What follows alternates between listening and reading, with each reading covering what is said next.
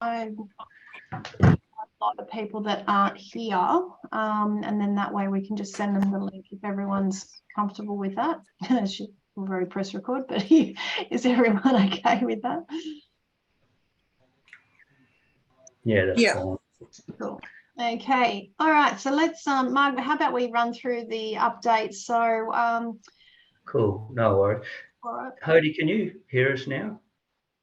Do you want to give us a wave if you can hear? No, I don't think she can. No. Can you hear us, Hody? Change headsets. Yeah, because this is important for her to know. Yeah. I'll just say maybe try jumping out.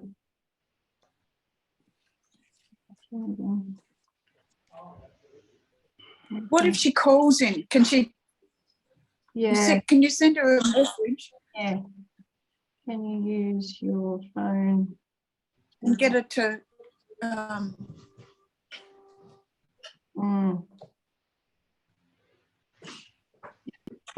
Technology. It's great when it works.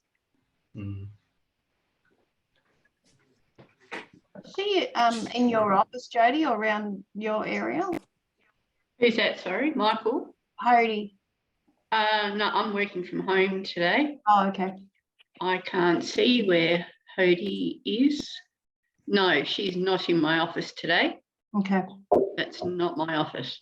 Okay. Can you hear us, Hody? No, she really can't.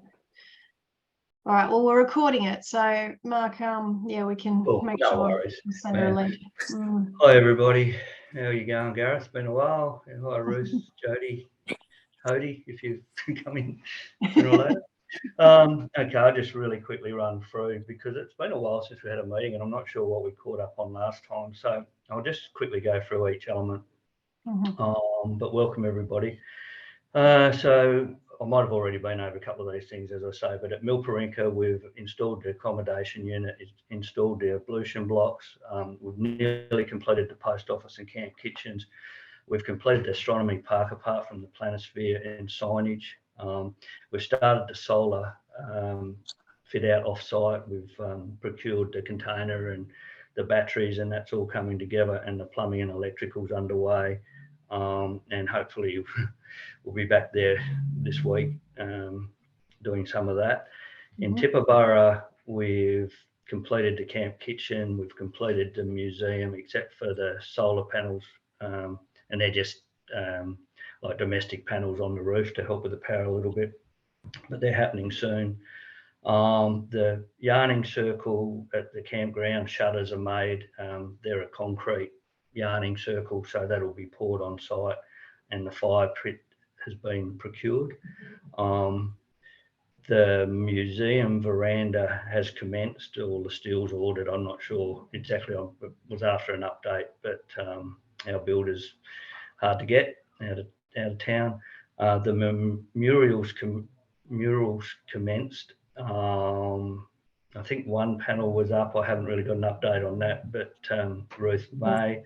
Not yet. The toilets in Pioneer Park are in place, just waiting for the plumbing. At Packsaddle, the sculpture, yarning circles complete, and the fire pit is procured, so it's basically close. Fort Grey, the shelter's nearing completion. The sculpture signage was replaced to match the rest of the signage on the roof. In general, the interpretive signage is mostly installed. We're just awaiting the content for Avenel, and we haven't actually put a couple of pine views and that because we're going to do that in one trip. The walkway's complete, and National Parks might update this a little bit, but the can stabilisation has commenced. They've done an initial look and how we're going to tackle that. The digital infrastructure and website's near complete. The final art piece to be installed at Milparinka soon is the Sturt and horse, and they'll complete all of the sculpture trail, I think. Even though there's some Harry's emus in at the Milparinka Astronomy Park. Got photos. And the wayfinding signage is at RMS in Broken Hill, and RMS will commence installation in February 2024, which is their only opening, which, as you were talking about the roads being in poor repair, most of their crews are on roadworks and finishing that stuff. It's a little way away, and it's something we've got to talk to Restart about. But if we put in our contribution and finalise it, I'm still hoping to really finalise all of our stuff by June. So have it all in, know exactly where we're going. I may have most of our bills paid, and when we get to finance, I'll share a screen and add a little bit more to that.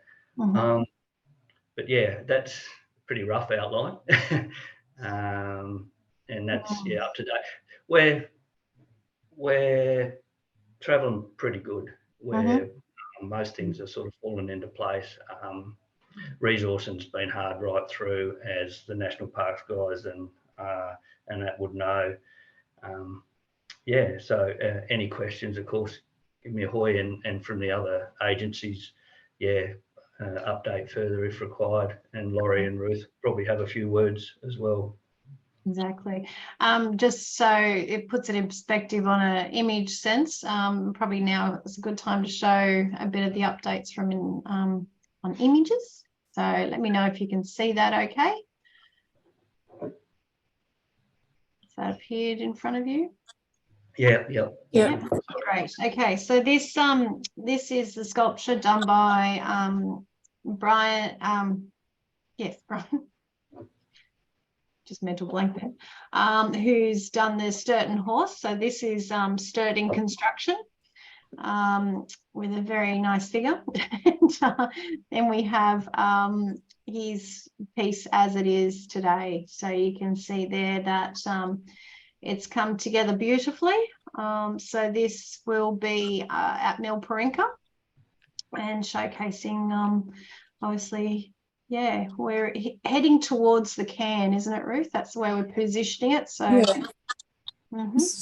so if I may, when I was at Milparinka the other day, I picked out a spot that as you're coming across the causeway towards Milparinka, there's a bit of a rise, and there's a spot there. I had a discussion with Brian Campbell about the direction that Sturts needs to be facing. He would have preferred northeast, but that would put him heading back towards town. But if we face him directly towards the Milparinka Sports Club grounds, it's northwest. It's about, anyway, I've got it on the GPS thing, but it's in northwest, so it won't be going, and that'll roughly have him in line as if he's heading out that way, take a slight left deviation, head to Mount Poole. So that part's quite good.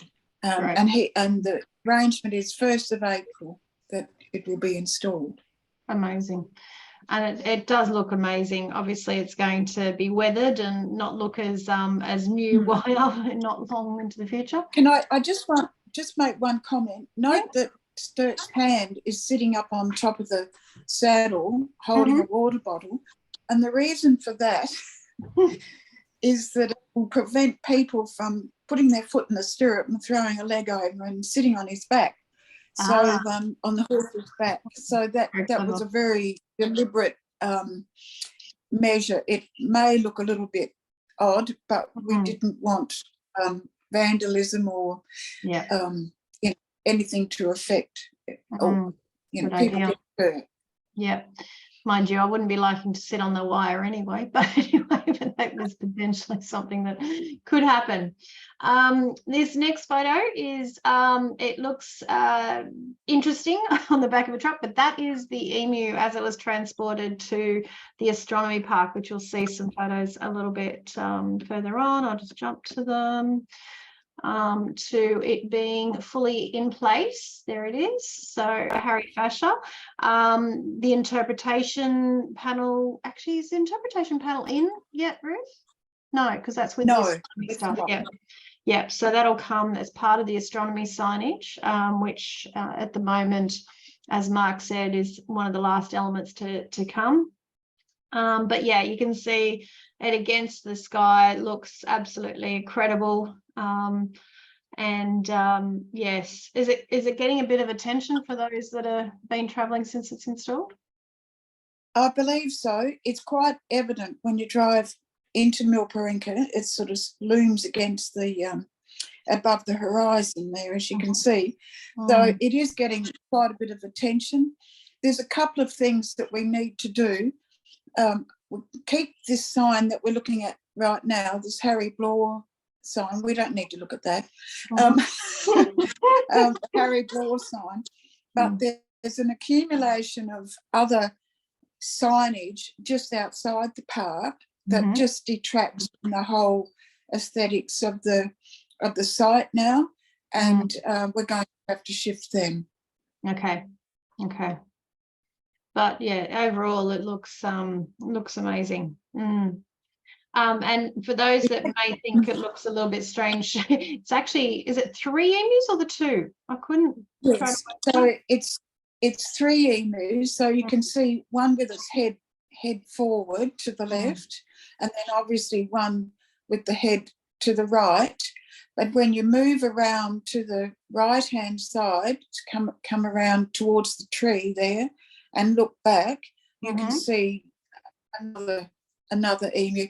It's not been placed exactly where I would have liked, the direction, but we won't go there. It's well and truly bolted in the ground. The head there on the right-hand side now, actually a steel peg attached to the point of the beak, and that's in about 40 centimetres or so of concrete, so that it can't move. The only concern I have about it is that it is quite a climbable piece of sculpture, and we should have had signs there before. I've asked for them, but we'll have no climbing, keep off, go away type signage in the concrete, and we carry $20 million worth of public liability. So should be enough. Yeah, no, that's great. Thanks, Ruth. And Harry obviously came out and was part of that installation team to make sure that she was also happy as the artist. So yes, certainly the signage, that's an easy step, but yes, it's going to be I think it'll attract children, so we probably need to think about how that's going to work. Hi Michael, thanks for joining us. Good morning, guys. My sincere apologies. I had it in my diary for 9:30. I don't know how that happened, but probably 9:30 Sydney time, which then is 10 o'clock Broken Hill. Yes. Always fun with the time. Anyway, Heidi, I don't know whether she can hear us now. I think she looks like she's a bit distracted, but yes, you guys obviously know each other, Michael, Heidi? Yeah, we do. Thank you. Okay, great. Wonderful. Here she is. I'll just get her to introduce herself. Hi, Heidi, how you going? Oh, you're on mute, darling. Hold on. Sorry about that. That's all right. Hi, my name is Cody Boliv, and I am the Economic Development and Coordination Manager that services Broken Hill and the unincorporated area, replacing Steve Gio, as most of you would know. And I also cover Balranald and Wentworth Shires. So normally I'm based out of Baronga, but I'm up in the region fairly often, and was fortunate enough a couple of weeks ago to get to travel up to Dipperborough and see some of the work that you're doing on the Sturts depths. So yeah, so as the funding body for the original project, I think we were. Yeah, so Infrastructure New South Wales, is that part of you now? I've lost track of the government departments. Yeah. So is that you? No. Oh, no, she can't hear. No, it's gone. Okay. All right. Hope you're there. Yep. Can you hear us? Yeah, okay. Sorry, yeah, that's all right. Yeah, so Infrastructure New South Wales are the funding agent under Restart. Is that you? Is that your area? We monitor the funding, I think is, yeah. Right. Okay. Yeah. But Cool. I might be wrong, but I thought that we were supposed to monitor it. So. Mark, do you know anything more on that? I'm not really sure of the tie-up. I know there's a lot of levels. Yeah, we've duly patent through Restart. Yeah, I'm not even sure without going in there what it is, but it's not Stronger Communities. It's something else. Yeah. But anyway, I can update you on that. I'll be out there from about the 20th to the 30th, Hody, so I'll stick my head in and probably give you an update on that type of stuff and go through it. Steve used to come down to it. Steve used to pop down to our office quite often down there on the first floor and say good day to Greg, who's now left, but Paul and that are still down there. So I'll be sitting in there on and off. I'll introduce myself. That will be great.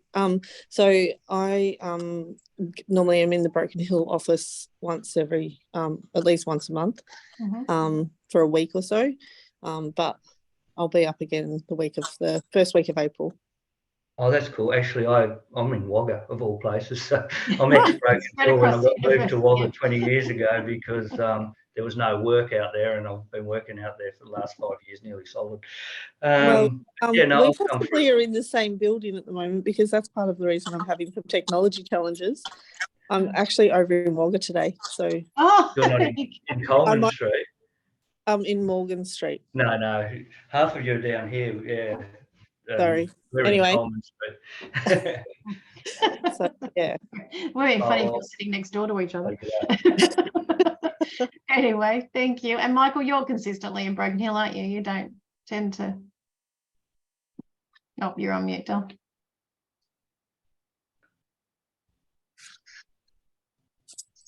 Sorry, you'd think I'd know better than to leave it on mute after this many years, wouldn't you? I know. It happens in every meeting. It's all good. Sometimes I scare myself. Yeah, consistently in Broken Hill. So we look after unincorporated Central Darling and Broken Hill. So yeah, always in Broken Hill, based here. Yeah, wonderful, great. Great, guys. So sorry, just to catch you up, Mark just ran through a bit of an update on the project. So I was just showing some images of where we're up to. So let me just continue with this and then we'll go back to the agenda. But you can see the post office is near complete. Mark, is that we've just got a few last little bits, but as Mark said, the roof is now on. Ruth took these the other day. It does look amazing, and obviously very a lot of care has been taken to keep the original structure as much as physically possible, and still give a really good coverage. Oh, sorry, that's me talking at the volunteer conference on the project. But yeah, so you can see that was before the skylights went in there. Yeah, how well the floor has made it accessible to everyone to come in. Ruth at the moment is just doing the final proofs on the signage that is going on the walls, and we're just trying to work out how best to apply that to the walls to be sensitive, obviously, to the look, but also make it stand out for visitors coming through. And Ruth, did you want to cover off on the interpretation of that's going in here, what it covers? Yeah, sure. Actually, stay. Yeah. The first. No, that's all right. It doesn't matter. Obviously, we need to. Yeah, that's the first. That's not the first room. Oh, yes, it is, but it's looking towards the other way. Correct. Go backwards. Yeah. So there's basically 4 rooms. And I just love the way it's come up. The floor is magical. We've put full-length glass in doors and windows so that we don't obstruct the view with frames and so on. The windows can't open, but there's plenty of ventilation because there's a great gap between the top of the walls and the roof. So it's well ventilated. The first room that we will enter is going to be postal history. The second room is telegraph and telephone connection history.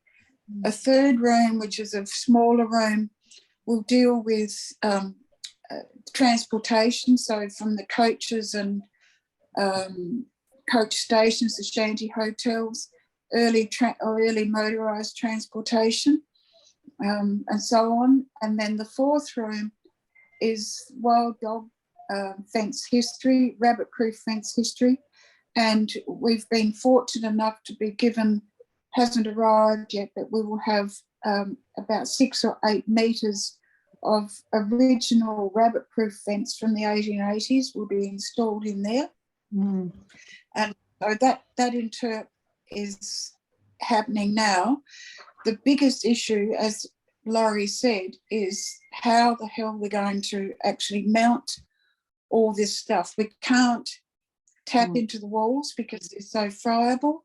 And unfortunately, if you look at that particular image there, the beams don't correspond directly above the walls themselves. And unfortunately, because we could have been able to tap into the beams and attach some sort of framework to hang material.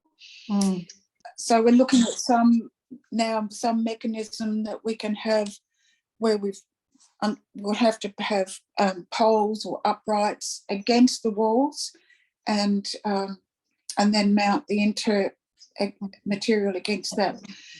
Because of the way this building looks, I really don't want to put anything at all in the middle, because I think it's wonderful the way it is. So everything will be around the perimeter walls. But this building lends itself to functions, events, whatever. And in that direction you're looking now, out that doorway, there's quite an area. The full width of the building, plus about 30 metres of just flat open ground. That'll be wonderful for audiences, for concerts or whatever. So the possibilities for usage of this building now have just opened up magically, and I think it's got a great future. Just need to get it finished and get the material, the interpretive stuff in there and fixed. Yeah, all good. Awesome. Thank you for that. And so that's probably the next step, is to ensure that, as Ruth said, having something that can be flexible enough to do the events as well as the interp on a day-to-day basis for visitors. The photo of me is just I attended the National Volunteer Conference and promoted the fact that Milparinka has the volunteer program. So great feedback, and obviously a room full of 180 odd now know about Milparinka. I think there was 2 people that put their hand up when I said, do you know a place called Milparinka? And so great exposure for the project and for the program. Any questions on any of that? And then I'll go to the digital stuff, which is the great show and tell. That wasn't great show and tell. No? Okay. Now we're going to the digital component. So as Mark said, the digital stuff is nearly complete. It's very exciting how it's coming to fruition. Jason and his team have done a great job. So I'll just show you, actually, sorry, let me just stop share. I want to share with sound just to make sure you can hear this. Oops, wrong share. And give you a bit of a taste for what visitors will interact in. So there's a panel in each of the towns. You can see here a Tiverton, Broken Hill, Milparinka. There's the beginning and then a pack saddle poster, for want of another term, that basically has a QR code and it leads to the app. But this will give you a bit of a flavour. G'day, Jack here, but everyone calls me Old Mate. I'm from Corner Country, New South Wales, the home of Sturts Steps, an iconic touring route with amazing outback landscapes and colourful characters. But especially along the dirt roads, there could be no mobile coverage for most of your journey. So now is a great time to download the Sturts Steps mobile app. Featuring self-guided audio tours that work even when you're offline. And there's a tour just for kids. I hope you have a great time in Corner Country and get home safe to tell all your friends. So be careful and check in when you hit town. I'll see you on the road.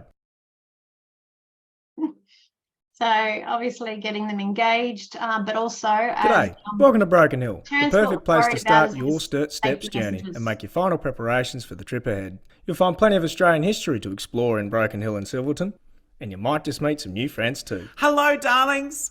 I know you'll have a fabulous time. And remember, check the website for the latest road conditions and safety information before you leave.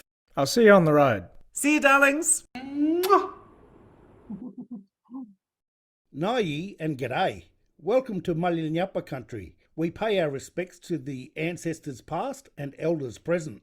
Here at Milparinka, you can discover First Nation stories from the area and immerse yourself in the plight of Charles Sturt and his party. They spent a lot of time around here, including just a few kilometres down the road at Depot Glen. Thanks to your ancestors, Sturt made it out alive. Remember to download the mobile app and check the website for safety information and road conditions before you leave. I'll see you on the road. Nai and g'day. Welcome to Corner Country, Outback New South Wales. We acknowledge the traditional owners of the lands on which we live, work and holiday, and we pay our respects to the ancestors past and elders present. Remember to download the mobile app and check the website for safety information and road conditions before you leave. See you on the road. And then the last one's G'day, welcome to Packsaddle. There's a lot more to see and do around here than meets the eye, so make sure you have a good look around. Remember the golden rule when you're travelling on the back roads. Be sure to leave all farm gates as you find them. If it's closed, close it. If it's open, leave it open. Our livestock and our livelihoods depend on it. Check the website for the latest road conditions and safety information while you still have mobile coverage. We'll see you on the road. There you go. So that is a great engagement opportunity. The next part of the digital content is these. Now, I'm not going to show you because each one is about 10 minutes long, but there's 7 and I will send you the links, but I just thought I'd give you a bit of a flavour. Welcome to Corner Country. Some of you might know Neil, but Neil is the orator in all of these. A place of stark natural beauty, an area rich in Indigenous and European history, the deserted goldfields, historic outback settlements, magnificent sunsets, and home to the Sturts Steps touring route. From here, it's possible to recreate for yourself the path taken by the first Europeans to set foot in this vast desert wilderness. To call in on some of the key sites that Captain Charles Sturt and his party visited as they stepped off on one of colonial Australia's boldest and most dangerous endeavours. An epic trek into what was then a deeply mysterious interior in search of Australia's fabled inland sea. But just who was the man who led that expedition? The man they called the Gentleman Explorer? And why was it that in his late 40s, a happily married father of 4, he chose to embark on a fantastical quest from which even he admitted there was every chance he may never return? Charles Napier Sturt was... There you go. So I'll give you the links so you can have a look at them. But it really, I think they've done an amazing job in bringing the stories to life. And certainly, Ruth, thank you for all the content that you've provided these guys. They've done a great job, I think. Happy for any questions on any of that, but I'll send them through so you can have a little bit of a closer look. Okay, so back to the agenda. And so we've covered off pretty much the updates on the project. As we said, Avenel and Fort Grey are the two that Fort Grey is being installed as we speak. Avenel is still yet to come. Gareth, did you want to just talk about the engagement where we're up to with Avenel? Thanks, Laurie. Hi, everyone. So we sent out a Word document with the proposed text, along with a couple of images to be used on the sign, specifically relating to Aboriginal cultural heritage. One being a sketch by St. Gill, who who adapted a sketch of Sturt which has some habitation structures, traditional habitation structures, gunyahs or whirlies. We're working through what the actual names of those structures are to be, and it's likely we'll have several names in there. And the Broken Hill Lauk has actually asked for us to come back and form a subcommittee, or at least have a meeting with them, the Williakali Corporation, and the Malingappa groups, native title groups, which is there's one represented by the Barkindji Prescribed Body Corporate for their Malingappa claim members, and also one by the South Australian Native Title Tribunal. So I'll start moving on that this afternoon. And then, yeah, hopefully we'll shore up a little bit. They're more interested in making sure that the welcome and the design of the signs were culturally acceptable. But whether there's more changes that they wish to see, we'll have to wait and see. Ruth compiled the text, and it's really great. And a lot of the stuff regarding Aboriginal cultural heritage was pretty well direct extracts from Sturts journals and another expedition member's journal. I think it was Brock. Ruth can correct me on that.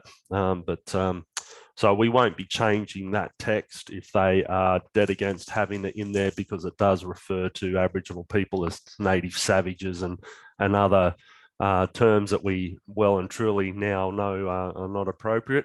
But they are historical texts. So if they are totally opposed to some of the passages of text in there, we'll simply have to remove it, because we won't be rewriting historical text. And so far, there's been no comments like that, but that might come out at the meeting. We'll see how we go. One of the best pieces of feedback we got was regarding the silhouette, which I totally overlooked. And that was that the silhouette looked a bit more Eastern Australia style, not arid central interior style, and that it was a bit more TP-like.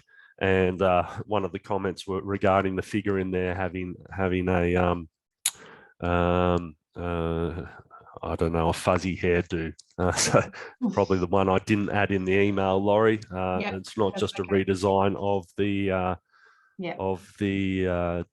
gunya or a whirly. It will also be a more culturally appropriate representation of an Aboriginal person, if that's going to be inside the silhouette. So I've asked Laurie if there's enough time to get that redesigned, and we're passing that back to have that silhouette redesigned, and yeah, we'll see how we go from there. Awesome. I'm meeting with the designer today, so we should have something in the very short future. Awesome. Fabulous. Thank you for that. While you've got the floor, Gareth, do you want to say anything around the stabilisation and the walkway? No, Jamie did just respond to my IM saying he just got back in the office, but it doesn't look like he's joined the meeting just yet. I think he just tried, but it looks like he's fallen off. Yeah, it might be one of those Zoom things where we don't use it much. So so he may be about to join us and give us more information about that. I'm leaving that up to Dan Hoff as a senior field supervisor for the West Darling area. And he has all the engineering specs and that. The issue we have is that we've got several high priorities, including opening a campground at the new Langadoon Metford State Conservation Area near Little Topar, just off the Barrier Highway there by Easter. And we've only just put the toilet block in on Monday, and the concrete slab, which was supposed to be poured today, isn't going to be poured until the 20th. So they've got 2 weeks to build a campground there. And then they've got more campground upgrades to do at Kinchiga. So it's quite possible that Dan will look to engage an external contractor to do the stabilisation work. And I don't know when that's scheduled to be. Dan was in the office yesterday, but if he was in the office today, I assumed he would have been on this call as well. So I can't really comment any further than that. Yep, no, that's great. Thanks, so Mark, it might be worth you dropping in the office and having a couple with Dan next time you're in Broken Hill, and see what he has planned with that, and whether you can suggest any suitable contractors or provide any assistance to having that stabilisation work done without putting that burden on the Tibooburra staff, which has had quite a bit of change over the last few months, with two staff members who are up there for several years have recently left. So, so I doubt that we'll be expecting the existing staff members to try and roll that work out on their own. And our other staff are tied up in other work, as I mentioned. Yeah, thanks, Gareth. I did talk to Dan only early last week, and he'd spent the weekend up there with a suitable contractor, and was well advanced with that. I think they've got the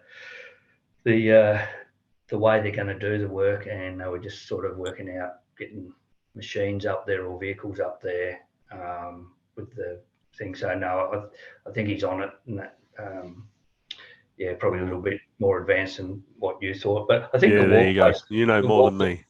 The walkway's complete now, isn't it? Basically. Yeah.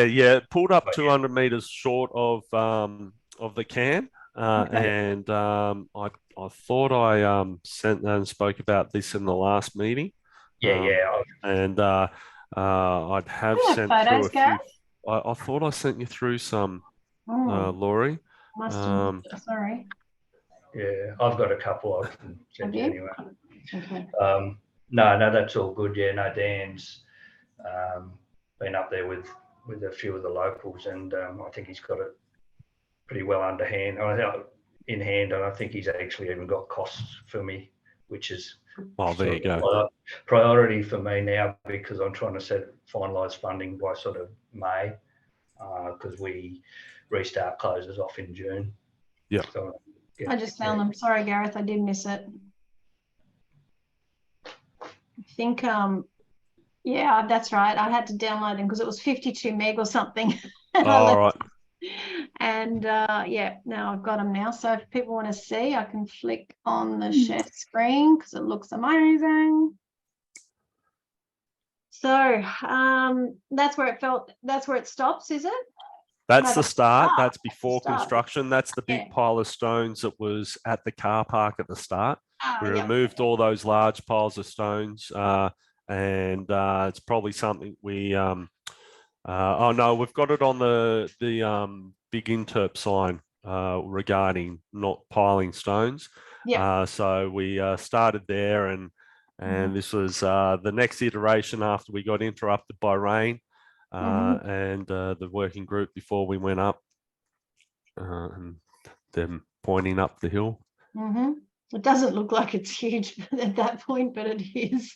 No, and I think the big concern about remaining on that original alignment up over the hill was that there'll be a big scar there, and the way that they've etched it in using hand tools, and then doing it, zigzagging it up to make it a less of a incline, so it's a lower gradient walk.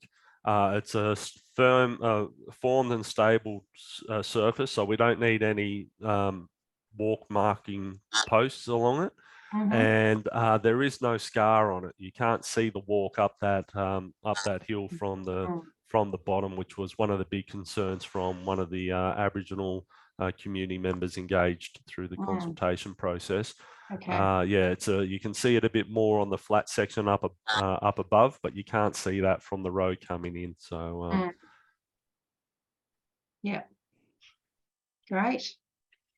And the way in which we look at it, are looking at it, is we could have perhaps gone around the traditional owners we had there and just engaged Miles at the Lauk to finish the last 200 meters. But they wanted to pull up where they pulled up because that was the last large pile of stone on the walk, which they turned into a bit of a yarning circle. They didn't want to have that walk continue up through the high density area of Aboriginal cultural heritage. And so the way we think of it is the last 200 meters is closer to what you would experience, or what Sturts expedition would have experienced the hillside to be, and it's pretty obvious where people need to go from the end of the form walk up to the summit. So I don't know, is that the end of the photos? Yeah, that's all I've got that I could download. These were in some other file format that I couldn't open. Okay. KMLs. I don't know what KMLs are. Yeah. Yeah, so they're that's the track. Right. Okay. So for everyone's benefit, this is the car park down here. I'm sure you've all been, and that's where the interpretation shelter will be placed. I'll have Great. a quick look and see if I can find the photo of the endpoint there, which I think it wasn't in that email as I found that. Where we go? Sturt.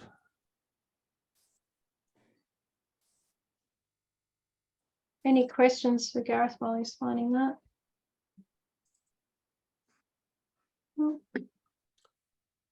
Okay, let me go back. So let's see, can I share my screen here? Should be able to. Let me just make sure you've got co-host. Yep, go for it. Okay.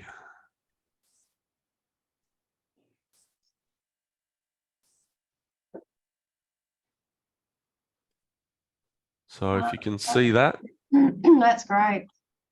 So that was the last big pile of rocks, and just on the right you can see the little hats around the Xerophamella and the larger exclusion fence. And that pile of rocks was formed into a bit of a wall. There's a gap in it, so as it's not completely blocking everyone off. But and whether we consider putting up a bit of a sign there saying down that the Aboriginal community would considers Mount Poole to be a very significant site and would prefer that you don't reach the summit. We haven't got instruction regarding that or any advice to do that. So we're thinking at this stage we'll leave it as is and see what happens in the future. Okay. Awesome. Thanks, Gareth. Appreciate that immensely. No worries. Okay. Going through the list, I think we've covered everything except the power. Mark, did you want to talk to the power and where we're up to? Sorry. Oh, the power upgrade. Yeah, we've investigated, and Michael, thanks for your help with this, opportunities and done some design on some power upgrades, because we're obviously putting in a lot of extra infrastructure. What we've decided to do at Milparinka is put in a battery system and connect all existing solar, and we're sort of looking at it as a bit of a green alternative, and it'll power up most of the heritage site completely, and that'll relieve stress on the rest of the town. So we won't need to do a power upgrade at this time. Of course, if Milparinka expands more, we probably will do the level 1 or substation upgrades, but that means sort of big wires, powers, poles, substations on power. You know, it's just not really constructive in the area. It's such a nice place without it. It's a similar cost. I think the power upgrade was 250 grand just for the essential energy part, and then there's always the level 2 stuff to connect it and remeter and do all of that sort of stuff. And I think the batteries come in just over 200, and that's all set up. But the ultimate one, the best one, was about 340,000. But all it is, we've gone the level 2 one. The more expensive one is just adding more batteries down the track, which would, if there was power outages, it'd give you a bit longer. It'd obviously save on your power bills and be able to store it longer.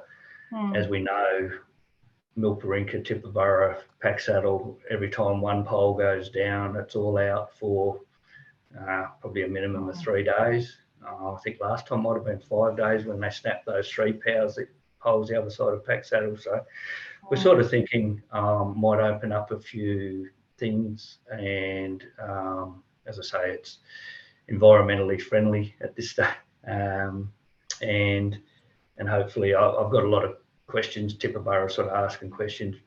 Packsaddle's interested, and even station owners are interested. which is interesting because when my grandparents were on the property, I can remember having a wind light that powered the 32-volt batteries that you'd have to start the generator when you needed to charge them. And they were so happy 30 or 40 years ago when the power came through and it changed their lives. And Yes. yeah, poor bills as well. yeah. Great.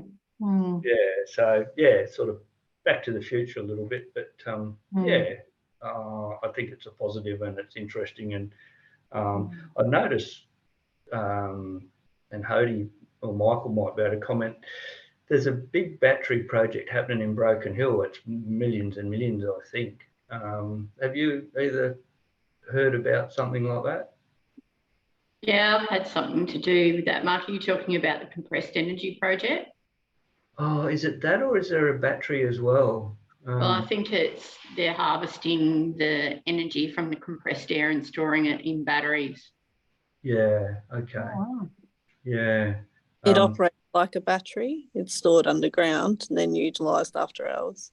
The compressed energy stored underground in old underground workings, and then it's brought to the surface and stored above surface in batteries. Wow. Has to be a certain type of geology for it to work. No, geology doesn't have anything to do with it. They're just using the old stopes because it's a contained environment to create pressure.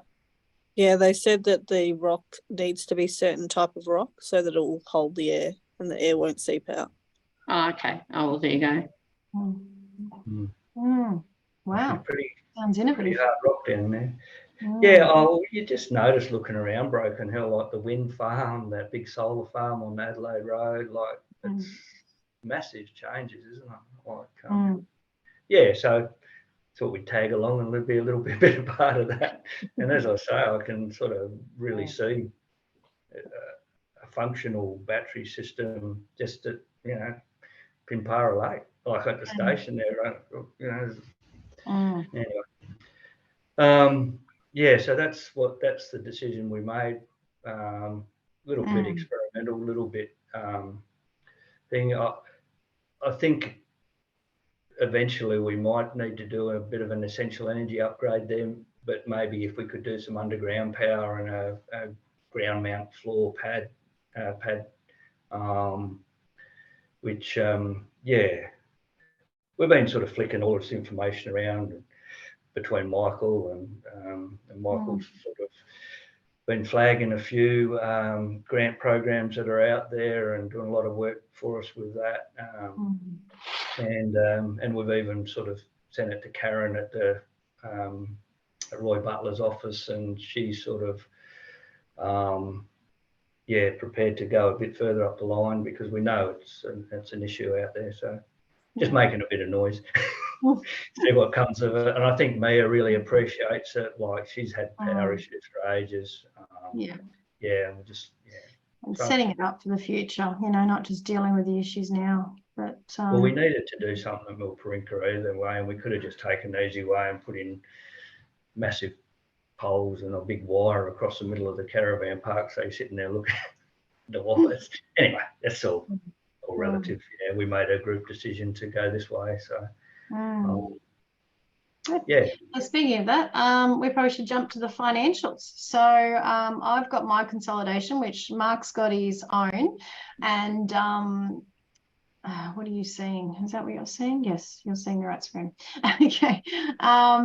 So you can see here that if I just go to where the bank balance is, you can see that we've expended, we're getting there, 4.853 million. So, it's getting to the pointy end of the project. But yeah, that's the breakup according to the zero account. But Mark has obviously got his side of it because a lot of it has to go through public works before it comes through our bank account, but eventually it'll come through us. So happy to answer any questions regarding any of that, but that's sort of where we're sitting, and it's on track, as Mark said before.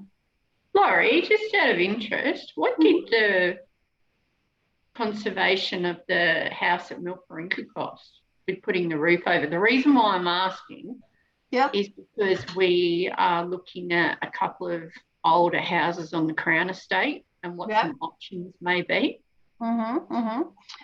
Because it was so unique too, and Mark can talk to this from his figures, but according to our consolidation, it's that 7, if you can, I've just highlighted it there. Oh, yeah, yep. Oh, sorry, hold on.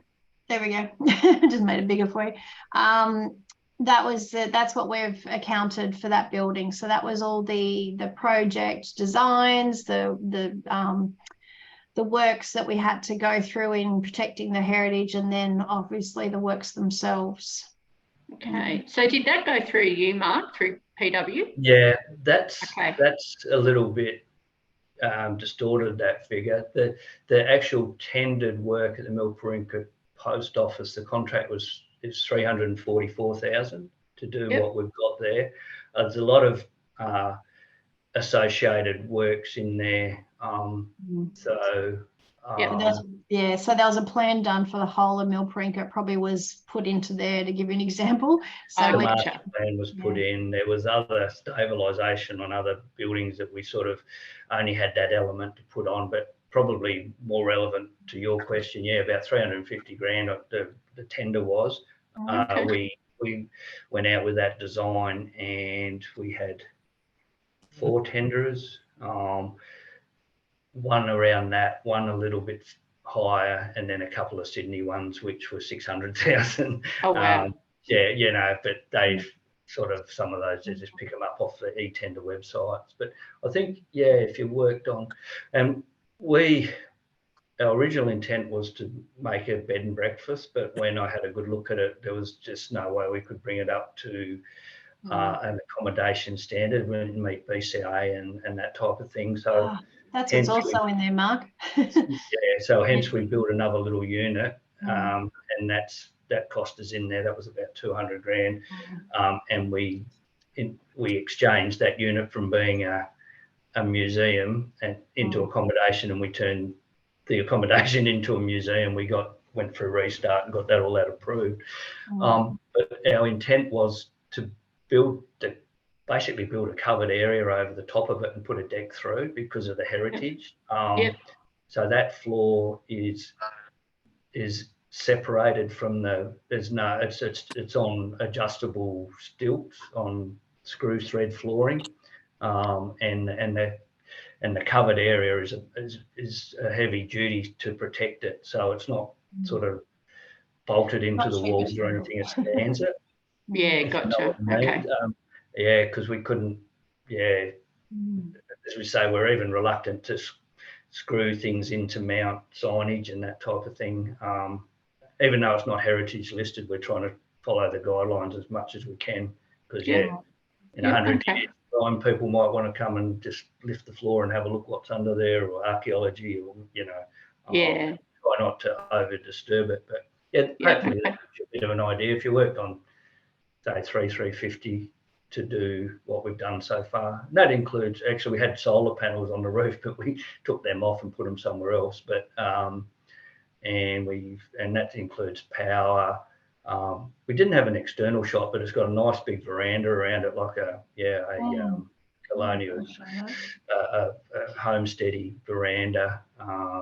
It's got a power run to it, power board.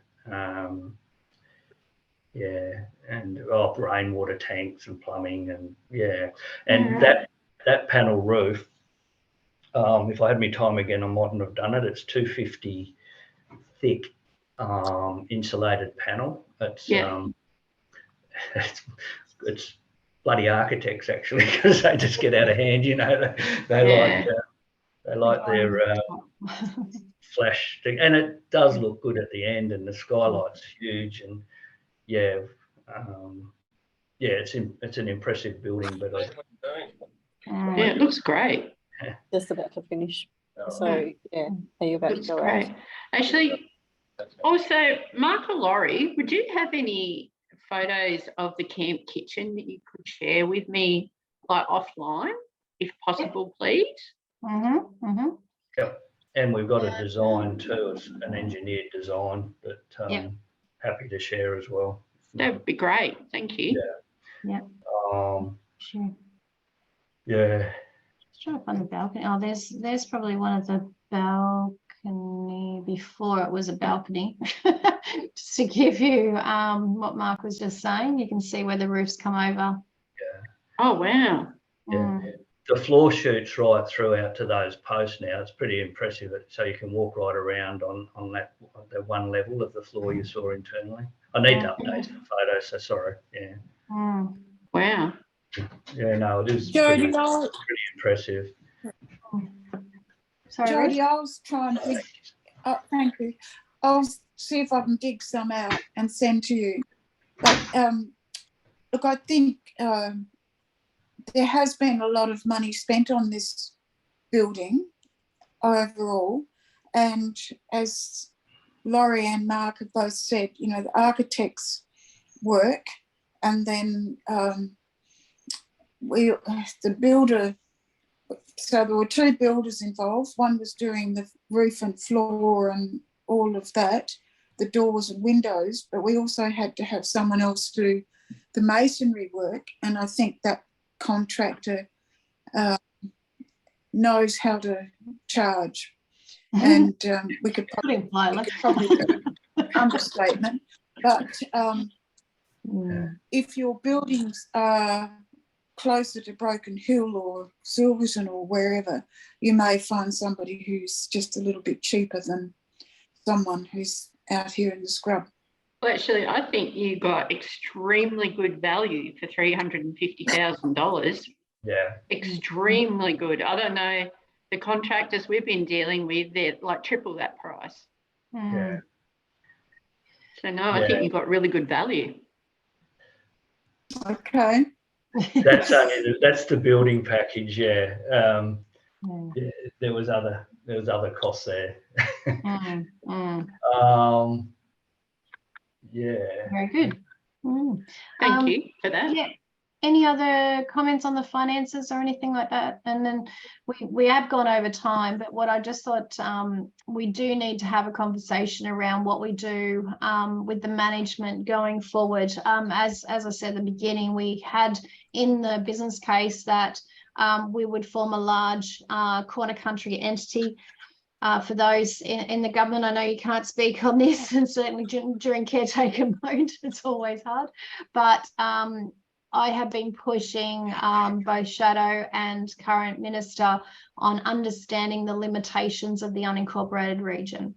There is no funding for any person to look at the area with priority. Destination Country and Outback yesterday, I was incredibly demoralized when I sat through their summit yesterday, where there was no relevance for anything that really was west of Orange or even west of Dubbo. It really is frustrating to see the lack of inclusion for the unincorporated area in any of the tourism stuff. I know we're talking to Broken Hill about having some role in their marketing, but that was forced because I yelled and screamed.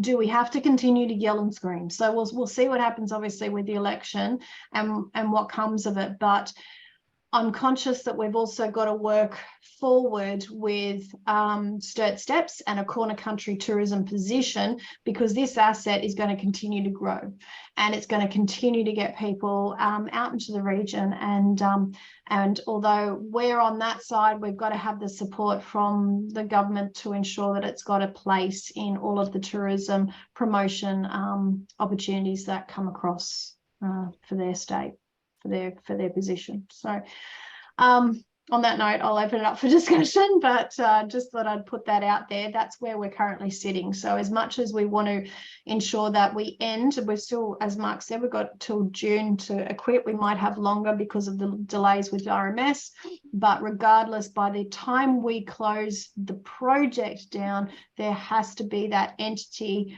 ready to take that on. Cody. You're on mute, Dal. Yeah, sorry about that. Just a couple of things. First of all, I can catch up with you offline about that comment regarding the NCO, because that probably fits in my wheelhouse to make sure that that connection's happening. I spoke to Anne Andrews yesterday, and she was quite happy with the from Broken Hill Council. She actually was really positive about the conference. So it's interesting that the different perspectives. So got with you about that offline. But with regard to the RMS, so I see that Tom Carruthers was invited to participate in the meeting, but Tom no longer covers the area. So correct. He was invited because he was the original one that promised the installation of the shelters. Yeah. But, to Mark's point, he's now working with the other counterparts within transport. Tom was originally on the committee from the early stage. So do we need to, Mark, invite one of those other people you're liaising with? Because when I actually went to Tibooburra a couple of weeks ago, I went with Transport and they were keen to be involved in the project and know a bit more about where it was at, but hadn't maybe had as much of a handover from Tom. So is there... I had a meeting yesterday with David Vant, Tom, David Teo,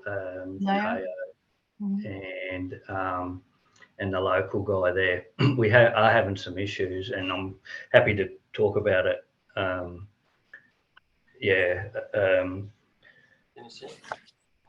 What happened?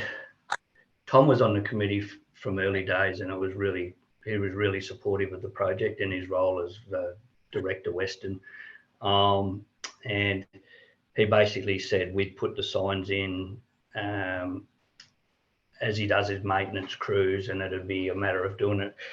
We prepared a sign register, and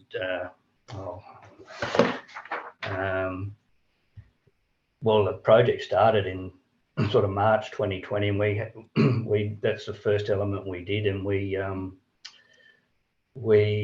had the register completed by July 2020 and sent it off to TASAC, and it took sort of 2 years to get it looked at, and we didn't realise, but they made the signs much bigger, and it turned into a much more expensive exercise. Anyway, long story short, Tom's been promoted. He's moved on.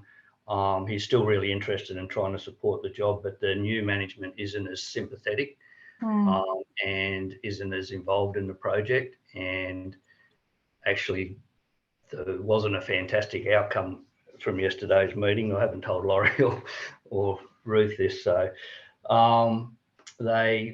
we'd been talking about, I had $100,000 put aside to pay for the signs, which were 30,000, and any poles, that type of thing, and Tom was going to put them in. They did a complete reverse turnaround and said they need 300,000, which if they told me this time last year or before Christmas, we would have had, but now we've committed to the electrical. We could probably scrounge a little bit more, but it just depended on how other elements of the project go. So the agreement was, I did mention earlier that they can't put them in until February next year anyway. And I told them about my funding issues closing off by June.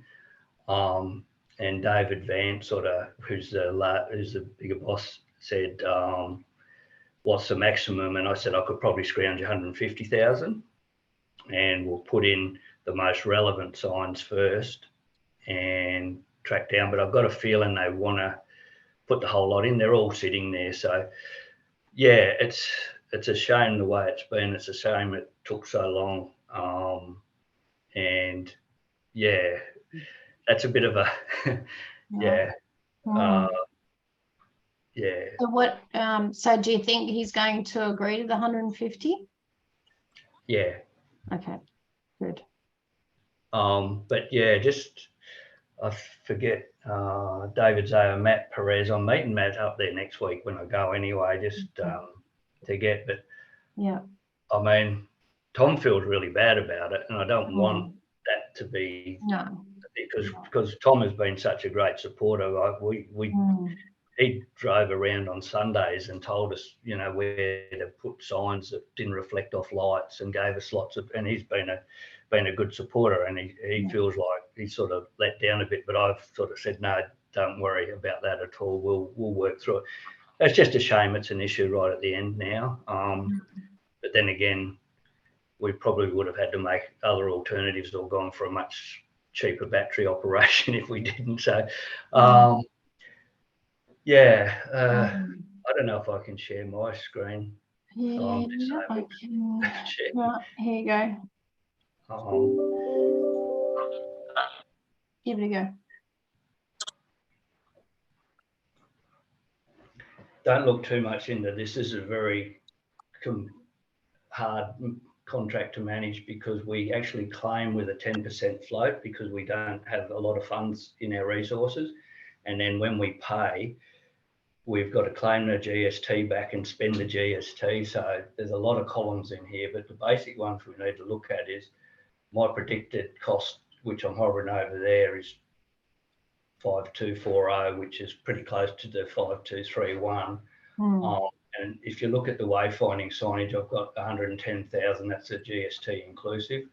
And I've got a lot of other elements here that are still predicted to claim, and most of them are actually contractual payments because these are the contracts I've got in place.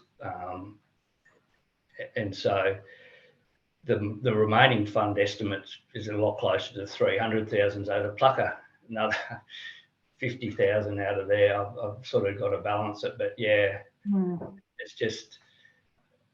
it's not really 700,000 predicted. Most of half of that is contract payments, but need to be paid off of these contracts over here. The end of the wayfinding, the interpretive signage, some payments on the post office, some retentions on different jobs. So, yeah, I'm running close to it. So if I whack 200,000 on there, I'd blow the budget straight away. But yeah, these figures include GST, and then we take it off, and then our float that we reconcile as we go. And we've been fun. it's impossible to even work out where we're going to come out. And that's to my point. 10% out, and then yeah, so. And for Michael and Heidi, this is a great example of how challenging it is for organisations in the corner country to do this sort of stuff, because we don't have GST sitting in the bank account enough to cover the GST. So we've had to use Public Works as a holding bank, if you like, until we can go to the ATO, claim back the GST so we can fork it out again.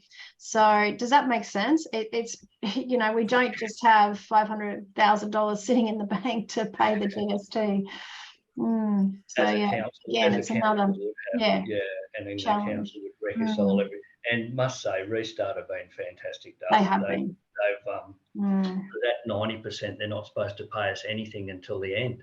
Yeah.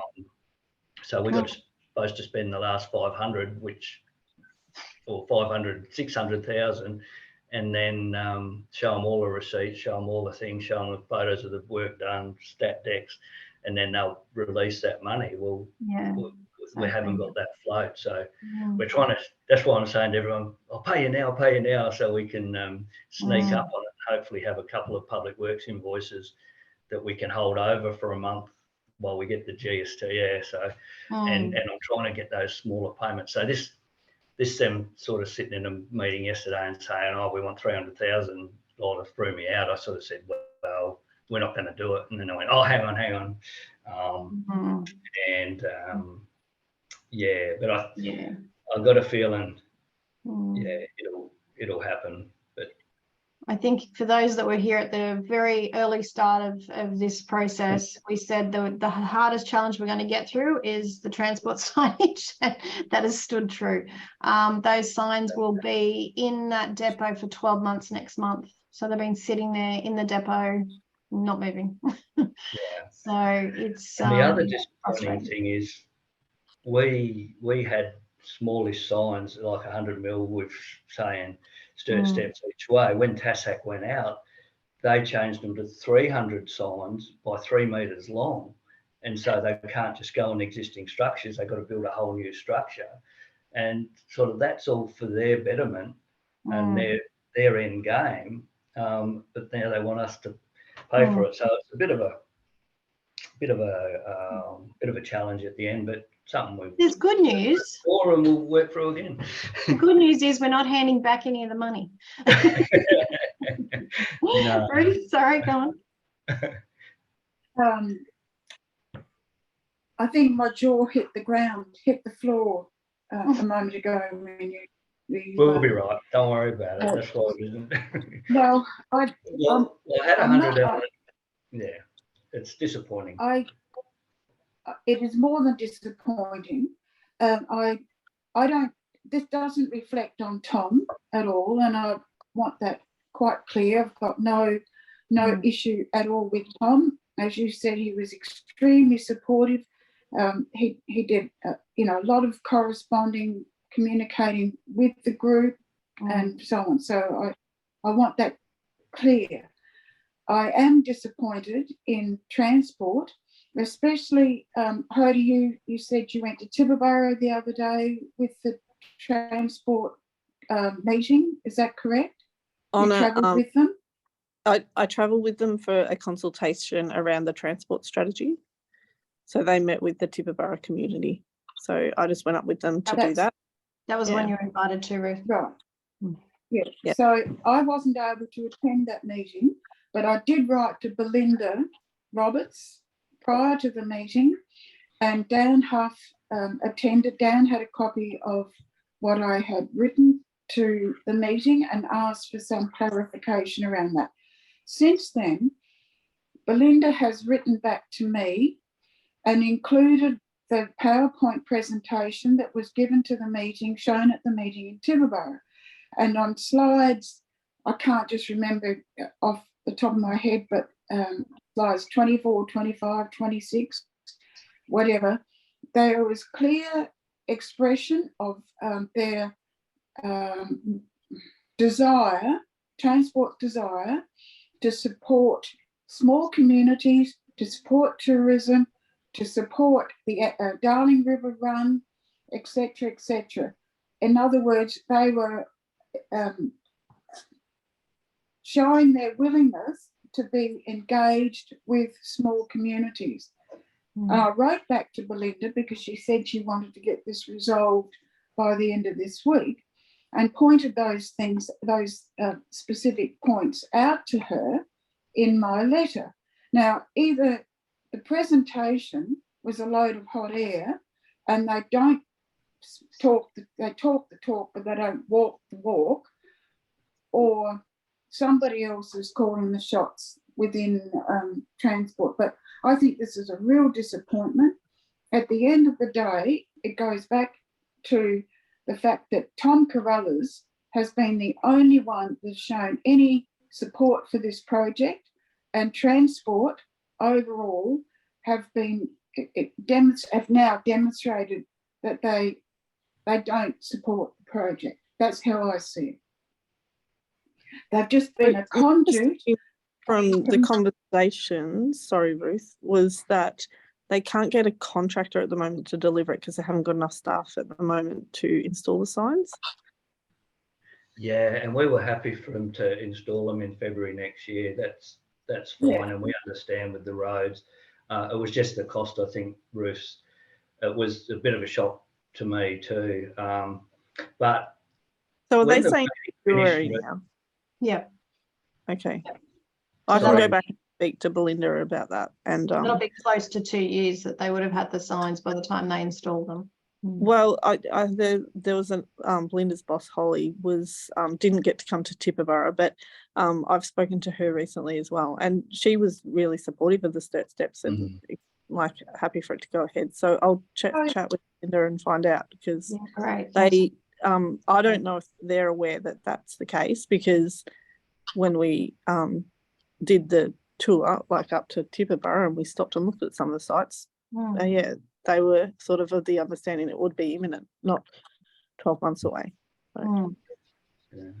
So, well, that is, sorry, Mark, Hody, what you're saying to me, or saying to this group, is good news. And if I am reading you right, correctly, that they are supportive, and presumably that support translates into actually doing something constructive, not just talking about, oh, isn't this wonderful? Isn't this nice? Oh, I really like that. But doing something constructive towards the completion of the project. Now, that would be fantastic. And if you can progress that, it would be a real achievement, because as Mark has said and as Laurie has said, the information that we were given 2 years or more ago was that as the groups, as the crews went around, that they would install that signage. Historically, a number of years ago, the original signage that was up and down that highway, I worked with, I think it was forget now who it was, but who funded the original signage. And RTA, RMS back then said, oh, we'll put them in. We're up and down the road. So they put all the original signage in. Now, we've replaced that, but with the new interpretive signs. But that was a real commitment from the roads people to support a local initiative. And I just hope we can get through. I need to. Who did you meet with? Did you say, Mark?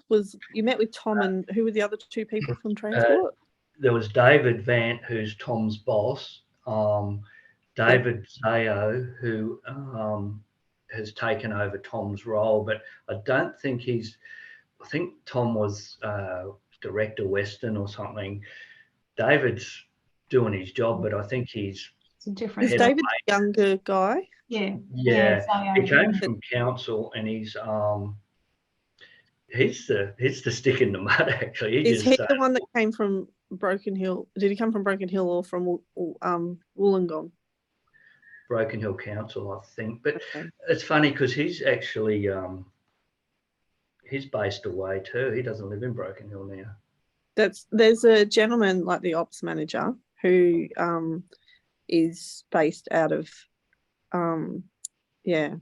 So anyway, I will follow that up, because the gentleman who's the ops manager said he was just waiting for a contractor to install them when we were there on site. So that might have been David Vant. I can't remember his name off the top of my head. And there's Matt Perez. Might have been Matt Perez, I think. Yeah. Well, he's down the line a little bit. Yeah, he was just sort of waiting for materials to be. He's the operations manager, so he's the one that actually controls the stuff on the ground. Yeah. Well, I'm meeting with Matt the week after next. So I'd suggest definitely talking to the ops guy on the ground in Broken Hill, that he was previously at Wollongong and has just moved out to Broken Hill, because he'd be quite across the issue. He was at the meeting yesterday. Yeah, sorry. Yeah, yes, Matt. So maybe just try to work with him, but I'll also talk to Belinda. I'm going to go. Sorry, guys, I've got an 11 o'clock. No worries. Hey, thank you so much for joining, and I will send you the link for the stuff you didn't hear at the beginning. Yeah, sorry. All right, we'll catch up offline. The systems don't work with Zoom here, but and if I'll give you a call afterwards, Laurie, to chat. Is that what? Yeah. Okay. Thanks, everyone. Bye. Thanks. Well, on that note, I think we're pretty much done anyway. So thank you, everyone, for sticking in there and getting that update. Hey, we skipped that item on the agenda in regard to the responsibility end, and I think that's why Michael dialed in. We're going to talk about that first off the bat. So Michael didn't have to sit there the whole time. Yeah, I sort of did cover it briefly a minute ago, but it was just to sort of say we've got to have that discussion, but it does really rely on what's going to come out of the election. And if there's going to be any focus on the unincorporated region by tourism out of that, I'm not sort of counting my chickens before they're hatched there, but certainly the noise has been made.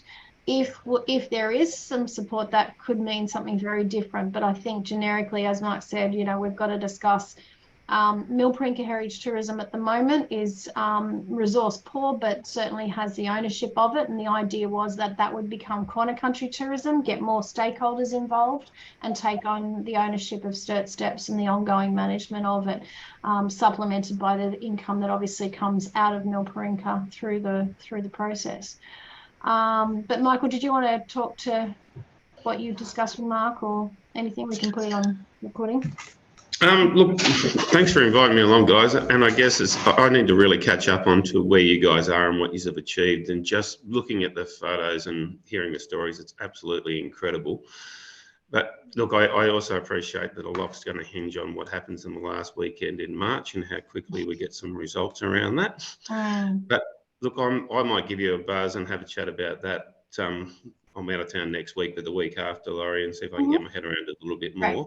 Sounds good. And happy to work from there. But look, it's been bloody brilliant just listening to what you guys have achieved. So thanks so much to inviting me along. I look forward to sort of working with you more as we go forward. Great. Thanks, Michael. Mate, because you just missed that first little bit, if you play back this recording for the first 5 minutes, I've given sort of a brief touch on each of them rather than go through it all again now.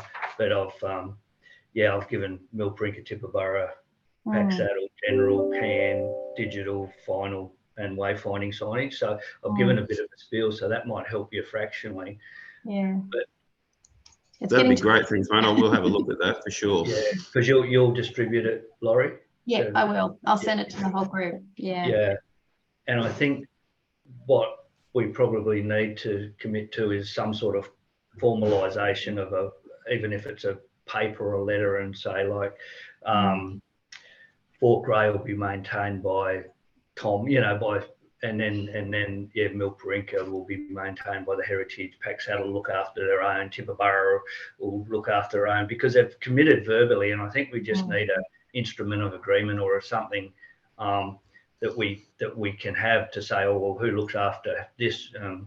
Because Tibooburra said, we'll clean the toilets and we'll manage the museum and all of that, but we just need it sort of formalised. So I think Michael did have to answer some questions a bit further up the line. So maybe if we say we're going to do that in the first instance and then see what happens out of the election to see if there is something from there, at least we're answering the questions as we go. Does that sort of make sense, Michael? Yeah, it does for sure. And you're right, I do have to answer some of those questions further up the line. But look, I think this could also be an opportunity that if this is an issue with the ongoing maintenance and we are resource poor, then maybe it's an opportunity that we don't have to answer every question with a satisfactory response. I agree. Potentially this is an opportunity to point out that we're resource poor and in the current structure not going to be able to manage that. So it may be a good opportunity to push that message quite a few runs up the ladder and see if we can't get a little bit of traction that way as well. Yeah, amazing. Beautiful. And to Ruth's point, the thing was always, when we did this, it was an infrastructure grant, and having that promotional support, even when we applied for the grant, DNCO were like, yeah, absolutely. Broken Hill was like, absolutely. Destination New South Wales were absolutely. And we're still struggling to get that support. Look, it's an argument I have with Destination on a regular basis. They don't market the unincorporated area, and their argument to me is the unincorporated don't contribute. My argument back is stop using them, because 90% of your video is the unincorporated area. So if you're not prepared to market them, stop bloody using them. Absolutely. You can imagine that goes very, very well. Yes. Well said, Michael.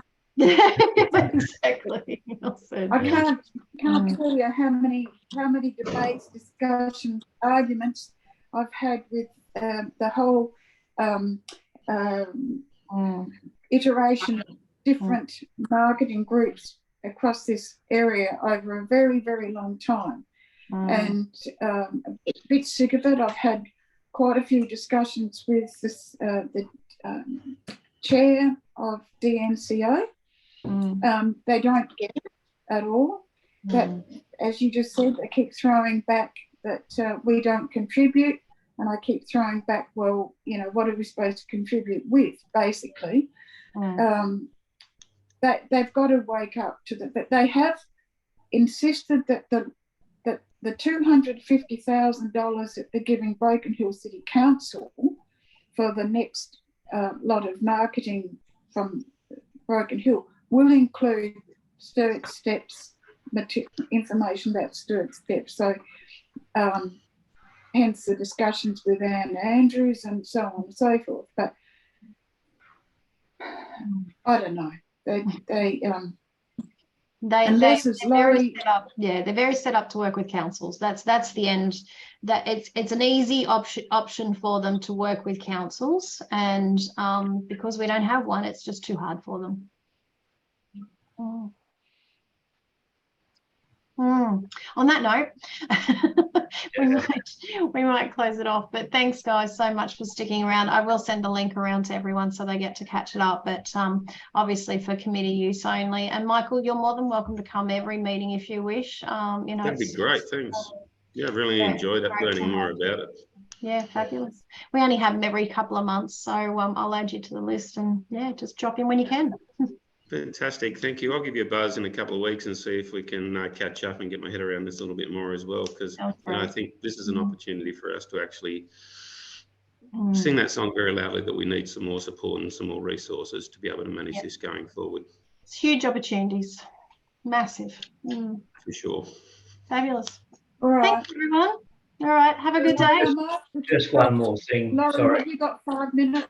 Oh, no, I was going to hang on with Ruth anyway. That's all right. Okay, we'll let Michael and Jody go. All right, we'll do the executive meeting now. No, I was just to calm her down. I don't want her to stress about it. Thanks. Thanks, Thank Michael. you. Take care. Bye. Bye. My blood pressure is coming back to normal, I hope. Hold on, let me stop the recording.